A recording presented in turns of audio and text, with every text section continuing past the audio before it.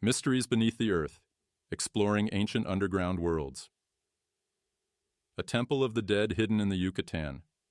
An underground city in Turkey. A South American cave said to contain treasures from beyond the stars. For centuries, tales have been told of caves and tunnels deep within the earth, subterranean passageways leading to lands of gods and monsters. But is there a surprising truth behind these legends? I have stood before drawings on the rocks and wondered, am I looking at an extraterrestrial biological entity? Could there truly be mysterious places far beneath our feet? Places whose origins might not be of this earth? There were certain aspects of the caves for which geology could not provide an answer. Millions of people around the world believe we have been visited in the past by extraterrestrial beings. What if it were true? Did ancient aliens really help shape our history? And if so, should we be seeking proof of their existence not in the heavens above, but in mysterious worlds deep beneath the surface? The hidden depths of Derinkuyu. Bordered on the north by the Black Sea and by the Taurus Mountains to the south, lies Cappadocia in central Turkey. Here, wind and water have sculpted strange shapes out of the soft volcanic rock, a rock that ancient peoples once transformed into small, primitive dwellings. In more recent years, the area has seen the construction of modern structures. But in 1963, a simple home renovation in the town of Derinkuyu led to an extraordinary discovery. A cave wall was opened, revealing a passageway to an underground city thousands of years old and more than 280 feet deep. I've been there on multiple occasions, and it's incredible. There are 13 stories that go deep into the ground, with ventilation shafts and 15,000 little shafts that bring air even to the deepest levels. Incredibly, the number of rock-hewn rooms found could hold over 20,000 men, women, and children. There was even evidence of religious centers, storerooms, wine presses, and stables for livestock. Derinkuyu would have been a massive undertaking for anyone, even in modern times with modern equipment. But in those days, it would have been stupendous, equal to the pyramids. Because of the softness of the stone, builders had to be extremely careful to provide enough pillar strength to support the floors above. Otherwise, catastrophic cave-ins could occur. Surprisingly, there's no evidence of any catastrophic cave-ins. They were apparently extremely clever and knew their material. We're talking deep antiquity. It's mind-boggling to understand how they could have done this. Perhaps they had help from some other civilization. But just who built this massive underground city? And what mysterious force drove them to live underground? A refuge from the skies. Why would people want to live deep underground in these weird caverns? It seems kind of scary, really. According to many archaeologists and scholars, Derinkuyu was most likely intended to serve as a temporary shelter from invasion. Built around 800 BC by the Phrygians, a Bronze Age people related to the Trojans. Others believe it was constructed by the Hittites, a warrior people mentioned in the Bible who flourished hundreds of years earlier. But could the underground city be even older? According to ancient astronaut theorists, it is, perhaps by many thousands of years. The Cappadocia region of Turkey was part of the Zoroastrian Empire, which was Persian in nature and is one of the oldest religious traditions on earth. The Zoroastrian religion, an ancient faith based on opposing forces of good and evil, is widely believed to have influenced both Hinduism and Judeo-Christianity. Founded sometime before the 6th century BC, its chief god is the creator Ahura Mazda. In the second chapter of the Zoroastrian sacred text, the Vendidad, Ahura Mazda saves mankind from a worldwide environmental disaster, much like the story of Noah in the Hebrew Testament. The great prophet Yima was instructed to build a kind of underground refuge, similar to Derinkuyu, by the sky god Ahura Mazda. According to the sacred texts, Yima built a multi-level underground city to protect a select group of people and animals, not from a flood, but from a global ice age. The Vendidad calls this the evil winters.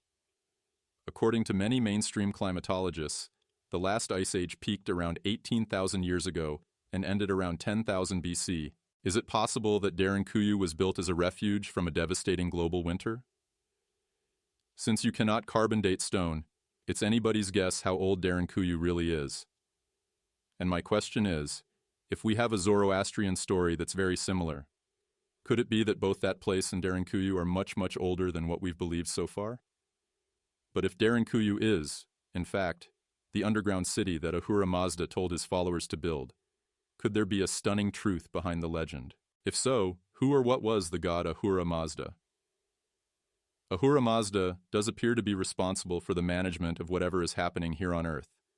There are various ways to read this, one of which is that it represents some sort of higher universal form of consciousness, but another is that it represents an overseeing extraterrestrial intelligence. Several sacred texts from antiquity speak of knowledge given to mankind from extraterrestrials, beings also known as gods from antiquity. Could the sky god Ahura Mazda really have been an advanced being from another world? If so, did he provide the technology needed for his followers to build this complex labyrinth as protection from environmental disaster? Or is there possibly a more ominous reason for Derinkuyu's existence? Shielding from aerial threats. Some say a clue lies in the underground city's unusual security system. 1,000-pound doors on rollers that allow them to be moved by a single person, but only from one side. The Derinkuyu doors are very cleverly constructed. You can basically only open and leverage them from the inside. So obviously, whoever inhabited Derinkuyu was hiding from someone or something. According to the ancient Zoroastrian texts, Ahura Mazda soared through the sky in a divine chariot and waged war against his eternal enemy, Angra Mainyu, the demon of destruction. But could this really be, as many ancient astronaut theorists believe, a depiction of two extraterrestrial forces battling over control of the Earth and its resources? The aerial enemies were extraterrestrials because they were the ones who had the capability of flight.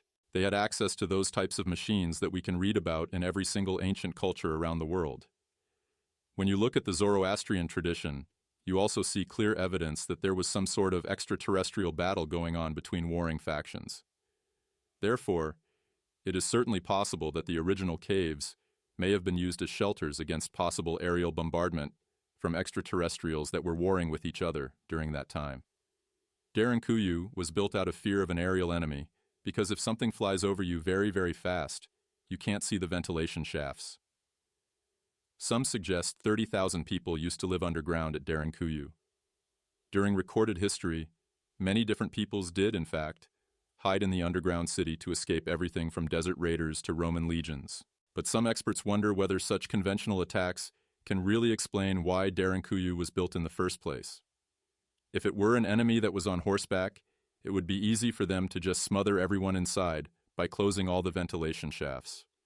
We had the phrase in Defense Department studies that I participated in, "A cave is a grave to a well-prepared adversary." Once you find it, it is highly vulnerable. But did the people of Derinkuyu really go underground to avoid becoming casualties in an extraterrestrial battle in the skies? And if so, might there be other such cities from the distant past? According to ancient astronaut theorists, there are, and they can be found much nearer to home, deep in the caves of the American Southwest. Legends of the underworld in the American Southwest.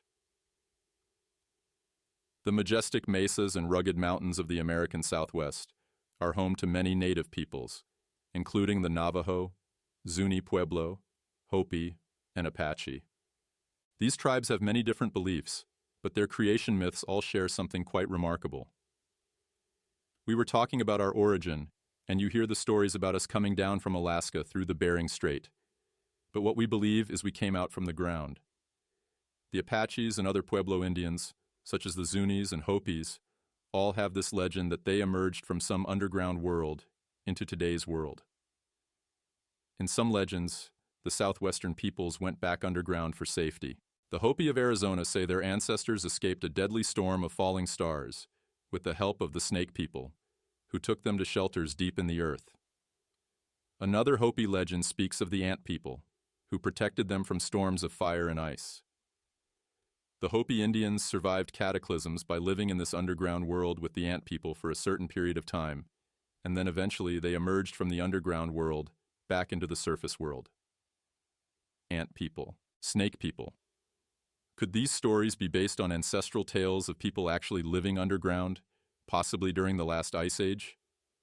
Or could the ancestors of today's southwestern tribes have taken refuge in subsurface dwellings similar to the underground city of Derinkuyu in Turkey? If so, over the centuries, might they have developed physical traits, like large eyes and fingers, that made them more closely resemble actual earth-dwelling creatures?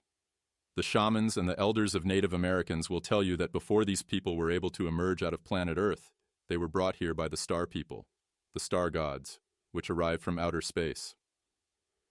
I have stood in front of what are called the ant people, and some of the very strange large-eye drawings on the rocks and wondered, am I looking at a Native American interpretation of what today is called an extraterrestrial biological entity?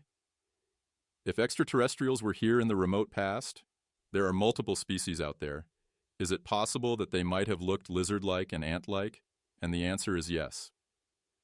Is it possible that these underground creatures of Native American legend were actually alien visitors?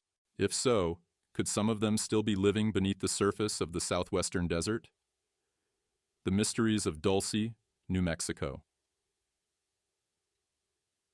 For decades, stories of encounters with UFOs and alien beings have been told among the people of New Mexico's Jicarilla Apache Reservation. Some of the aliens in these stories bear a strange resemblance to the ancient tales of the ant-like and snake-like beings from Hopi legends. There are things up here that no one can explain. The Jicarilla Apache Reservation is located next to the small town of Dulce, nestled in the shadow of the over 9,000-foot-high Archuleta Mesa.